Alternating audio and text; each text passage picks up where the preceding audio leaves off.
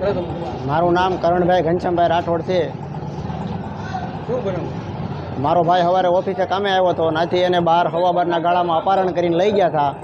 2 થી 3 કલાક રાખ્યો એવડે એ લોકોએ। 4 જણા હતા મારનાર, એ 4 જણા કિડનેપ કરીને લઈ ગયા હતા બપોરે। પછી મારા ભાઈને લઈ જઈને આમ કાટમાં, ભાલની કાટમાં લઈ જઈને મારતા હતા, બરાબર। એટલે મને વાત મળી એટલે ના હું ગયો, એને ધોકા સરિયું બતાવી, એના મોબાઈલ લઈ ગયા છે। એના ખિસ્સામાં મેં સવારે 15,000 રૂપિયા આપ્યા હતા મારી બેનને દેવા, એ 15,000 રૂપિયા કાઢી ગયા છે। અને મારા ભાઈને બેભાન થઈ ગયો એટલે હુરાવીને માથે 2 વ્હીલને એવું ચડાવ્યું હતું। પછી ગાડીમાં લઈને આવતા હતા, હું સામો આવતો હતો તો એવડા એ લોકોએ એક ખટરો આવતો હતો, ખટરામાં નાખી દેવાનું, જાનથી મારી નાખવાનું કર્યું હતું। ખટરામાં નાખી દેવાની તૈયારી કરી હતી લોકોએ। તાઉના પહોંચી ગયો, ખટરા નાખવાની તૈયારીમાં હતા, તો એને ચાલુ ગાડીએ મારી ગાડીમાં લઈ લીધો છે એને।